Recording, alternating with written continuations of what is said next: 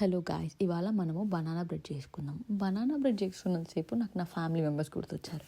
Like చిన్నప్పటి నుంచి అమ్మమ్మ, పిన్నిలు కానీ ఇంకా ఇంట్లో ఉన్న ఎవరైనా సరే వండింది చేతికి ప్లేట్ తెచ్చి ఇవ్వడమో లేకపోతే వాళ్ళే తినిపించడమో చేసేవాళ్ళు. అది తప్పు కాదు. Out of love and pampering వాళ్ళు అలా చేస్తారు. బట్ ద థింగ్ ఈజ్, దానివల్ల మనము పక్కన వాళ్ళపైన డిపెండ్ అయిపోతాము. That is the basic requirement of life. Cooking, cleaning అనేది చాలా ఈజియెస్ట్ థింగ్. అది మన కోసం మనం చేసుకోవాలి. ఎవరో చేస్తారు. ఇప్పటికి నేను చూస్తూ ఉంటాను, 27, 26 ఇయర్స్ వస్తాయి, పెళ్ళిళ్ళు అయిపోయి కొందరు పిల్లలు ఉంటారు, అయినా కూడా అమ్మ నాన్న చేసి పెట్టాలి వాళ్ళకి లైఫ్ ఈజీ గోయింగ్గానే అనిపిస్తుంది. కానీ వాళ్ళ చుట్టూ ఉన్న వాళ్ళకి చాలా చిరాకు వస్తుంది. అది వాళ్ళకి అర్థమయ్యేలోపు వాళ్ళు ఆ పని నేర్చుకునే సిచ్యువేషన్లో ఉండరు.